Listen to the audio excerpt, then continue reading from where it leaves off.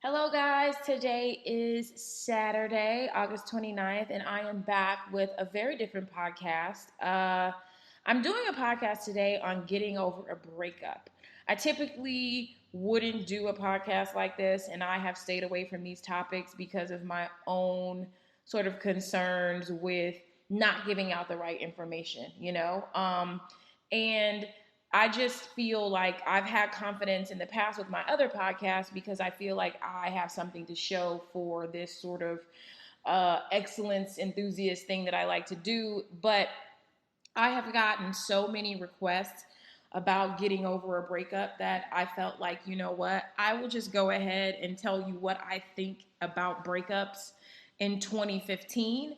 The reason why I feel that way is like 3 years ago, I think I probably felt a lot differently. And who knows, maybe in 3 more years, I will feel different. And I feel like, love in life, it's so fluid. And it's like when you start dealing with matters of the heart, it's so difficult to master the mind. I think that I've done a great job personally of like mastering the mind, but the heart is just a totally different thing. And so I've stayed away from it because, you know, everybody relationships, people feel differently, and I struggle with this information, but I'm going to do it anyway. Also, we'll do the quick housekeeping, mytaughtyou.com. If you guys haven't had a chance to go to the site, I updated it. I answered a lot of questions over the last week, and I'm going to probably do the same thing this week. The journals, they are still happening in the store. If you haven't gotten a chance to get one, remember they are not coming back anymore. So if you haven't got the Learn More to Earn More journal, I will not be printing anymore. And once they're gone forever. Great gifts for holidays, high schoolers, college people. I mean, anybody who wants to sort of transition in life, I think they're fantastic for. And like I said, they're very simple, but I think they're insanely impactful if you use it correctly. So here we go. I'm doing this because I feel like I know what it feels like to go through a breakup, and I know how painful it is, and I know like sometimes you just want to talk to somebody or hear from somebody. So today I'm going to be your friend that you are going to talk to if you're going through a breakup. I'm going to give you some tips. I'm going to tell you some stories about some of my breakups, and I want you to hit me up on my Twitter and just kind of let me know if you found this to be helpful. If you have any more questions about it, maybe I'll do a part 2 of this. But without further ado, let me get into my 8 points that I made about this. So I just want to start out by telling you, no matter how you feel today, no feeling is final. So I know I've been through a couple of really hard breakups. Those breakups where you lose mad weight, those breakups where you can't do anything but think of this person, tears, that whole bit. I've been through that a couple times, and it's sucky, but just know that however you're feeling today, that's not a final feeling. No feeling is final. And remember, feelings are not facts. They are not, and they will pass if you allow them to. My favorite saying of all time. First thing I want to do, though, and this is going to be the hard part, is that I want you to really ask yourself, was it really even a relationship, right? So often, I think that we get into these situationships where we don't require people to give us exactly what we want. We're afraid to speak up about what we want, and we are going through a thing with somebody and it's not really a breakup. I call this a fallout. Like you fell out with somebody. Like don't even give it a title of a breakup because it was never a relationship. It didn't have a title. It's just more or less like you guys split. So if you've been in a situation where you didn't have the conversation about whether or not you guys were in a committed relationship, or let's just keep it real, you've been in a situation with somebody who's also in a situation with other people, and everybody can try to pretend like they don't know when that's going on, but you know when that's going on. It's the easiest thing to detect, all the different phone games, all of the whatever. So if you were one of two, one of three, one of 10, it's a fallout, and it doesn't mean that it doesn't suck, but don't even give that kind of energy. But more than anything, I want you to make sure that moving forward, you don't allow something like this to happen again. Don't get involved with people who are afraid to have the conversation about what they want, what they're looking for, and what they want in a relationship. I've talked about this before. I don't know when it happened. It's probably been a thing forever where we get into these situations with people and we never bring up what we're doing and what we are because you don't want to be the girl asking like, so what are we? And I'm sorry, there's a way that you can do it so you're not the what are we girl, but you need to be clear and concise about what it is you're looking for and what it is that you want in your life, and that's going to help you moving forward. So as you move forward into other relationships, it changes the way you break up a little bit, because I broke up after my birthday, but it was a whole different thing because I was so clear about things, clearer than I had ever been before with anybody. And I think that when you go into something, and if you are looking for a committed relationship, you should say that. If you know what kind of person you want or like, you should be looking for that. So if you really like, one of my things is that I kind of want to be with someone who has some bit of health consciousness. Like, you don't have to be, Hercules in the gym, but health is important to me. And I know that if I have a partner who's also somewhat healthy focused, that two people together make it, we'll be better together. I'm also someone who is looking for someone who is passionate about something in life other than like me or the relationship. So if you don't have something going on that gets you up early in the morning, that excites you, that that you have to like jump for, I know that this is probably not going to be something for me. And so it's like I went through and I sort of made this very short list about like my things, and they were not any physical attributes. They were just all about what kind of person I'm looking for. And so because I did this, now when you start off dating someone and you're clear about it and you don't bring it up like, oh, this is my list. You just go out on some dates and you just observe. And over time, you can see if this person is sort of matching up to you. You know what I mean? And I think that breakups are really just that people aren't matched. They're not this like, oh, one person's bad, one person's good. I just think that it's about two people simply not being matched, which takes us to my second point of like, it takes two people to get together, one person to break up, right? All it takes is one person to not want to be together, and then it ends. So that's why I feel like you should stop the replay and again, be clear about the things that you're looking for. And if you don't know what you're looking for, sometimes it takes time. Like, I don't even know, like, I'm 36. Like, at 26, I probably didn't really know what I was looking for. Probably didn't even really know at 30 either. And who the hell knows? Maybe I still don't know. Like I told you, like, I could do this whole podcast again in 3 years and it could be different. Probably will be. But I think that instead of like doing this replay of like, what did I do, what didn't I do, I would just I would use that to just kind of get clearer about what it is that I want and what I don't want. So if you're broken up, I would just look back and like, what were some of the things that you enjoyed about the relationship, and what are some of the things that you just really weren't into, like, what are some things that you now know are deal breakers, and I was able to sort of come up with this list of things that I'm into based on my past experiences, people that I dated over time. So maybe instead of the replay of beating yourself up, look back at the relationship and think about what are some things that you're definitely not going for, and really don't go for them again. It's like you definitely want to take inventory and also ask, what were some things that you did? Like, I don't really like that. So I'm not even going to ask you to do that, because even though I know that sometimes we aren't perfect in relationships, I don't like for you to go and like beat yourself up about it, because I feel like hopefully you did your best. And if you didn't, you'll do better next time. And I think that I don't know people who consciously get in relationships and act up, So I don't know, maybe you're going through something and it's an unconscious or subconscious thing that you do.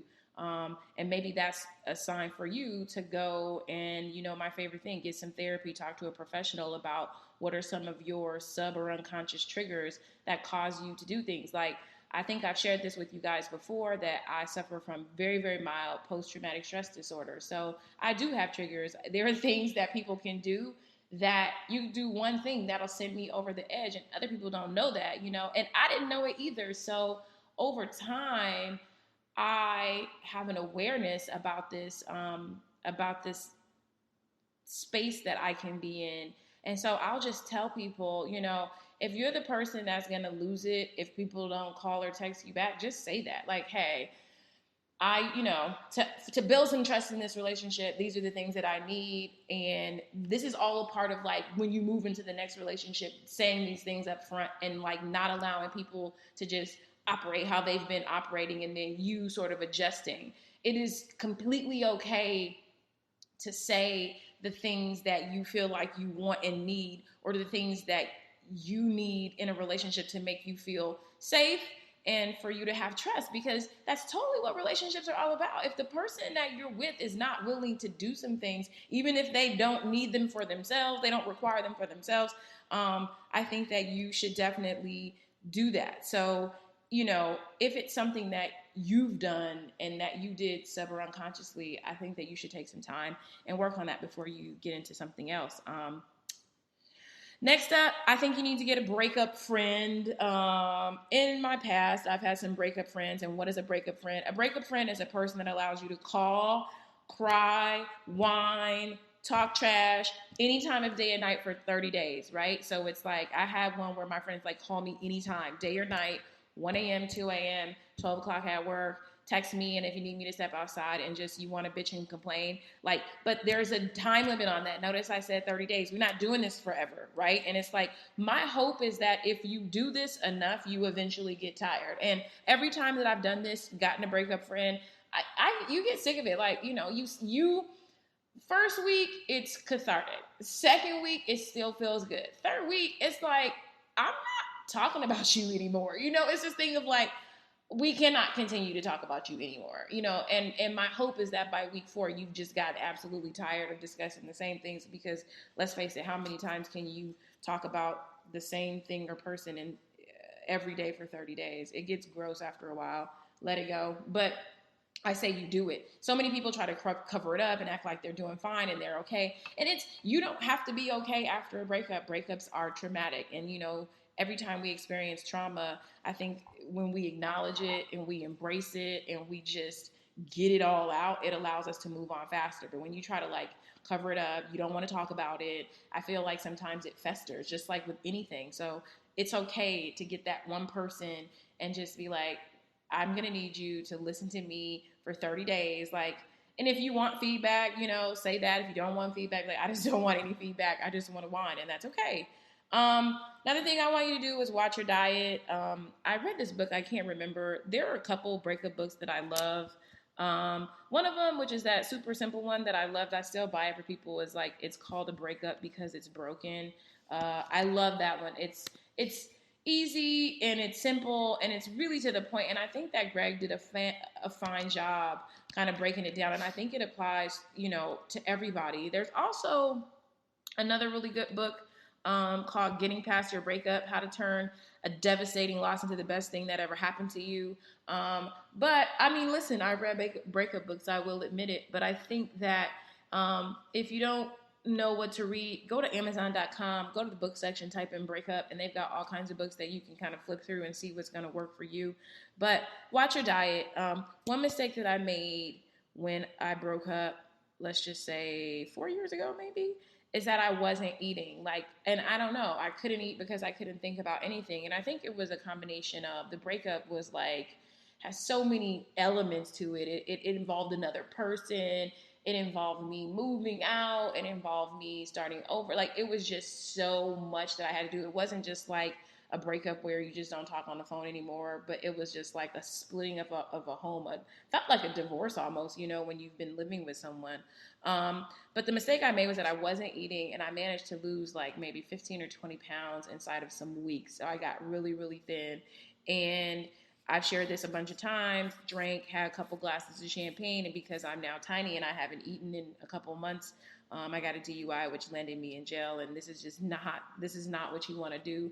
It's adding insult to injury. It's very dangerous. It's very stupid. I have commented many times on how stupid it was, but I think there's just an awareness that you want to have when you're going through this, to watch your diet, and also watch it the other way around, overeating. You don't want to make sure you don't want to medicate with food, and you don't want to just not eat, even though you look great after a breakup diet. Just really have an awareness about that.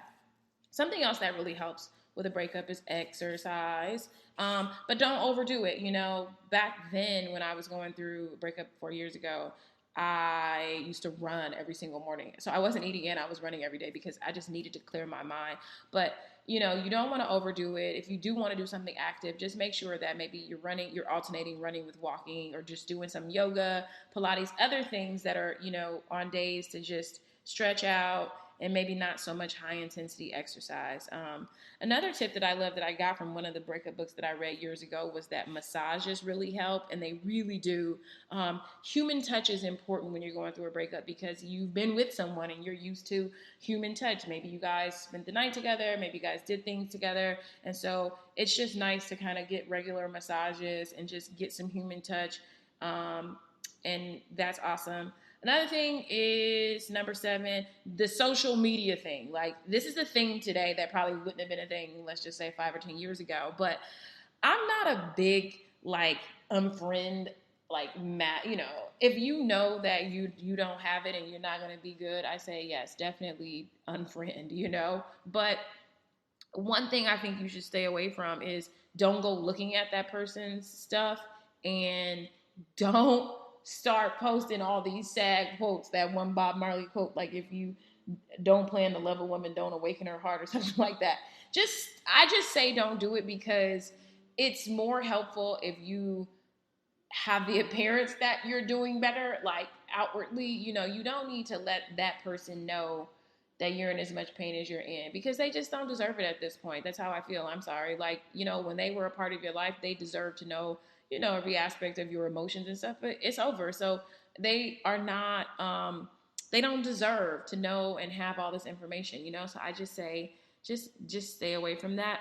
And number 8 is my final, and I don't know how some people are going to feel like this, but I think you should date. I think that you should date slowly and differently. I think that when you date slowly and differently, first of all, I think a lot of people, girls, they break up and then they just don't date for like a year or 2 or months or whatever. And I'm just like, give yourself some time, but get back in the game. Like, I would date slowly and differently. I would let people know I went through a breakup, but I do, it's dating more or less as an exercise. And differently, maybe go out on some dates with people that you wouldn't have typically gone for, just to see what they're talking about. I mean, it's so much easier to do that on the heels of a breakup, because you really don't feel interested in anybody. But so you're like, let me see what this person's talking about. Let me see what this person's talking about. And I think that it helps you. And just know that it ain't over. Like, I know at the end of a breakup, you feel like, oh my God, this was the person for me. I'm never going to find another person again. And it's like, it's so not true. Like, you will find more and more and more and more people. It is not the end, as long as you just stay open. So good luck with everything. Huge hug if you are going through a breakup. You'll feel better soon enough. Feel the feels and then move on. Talk to you guys later. Bye.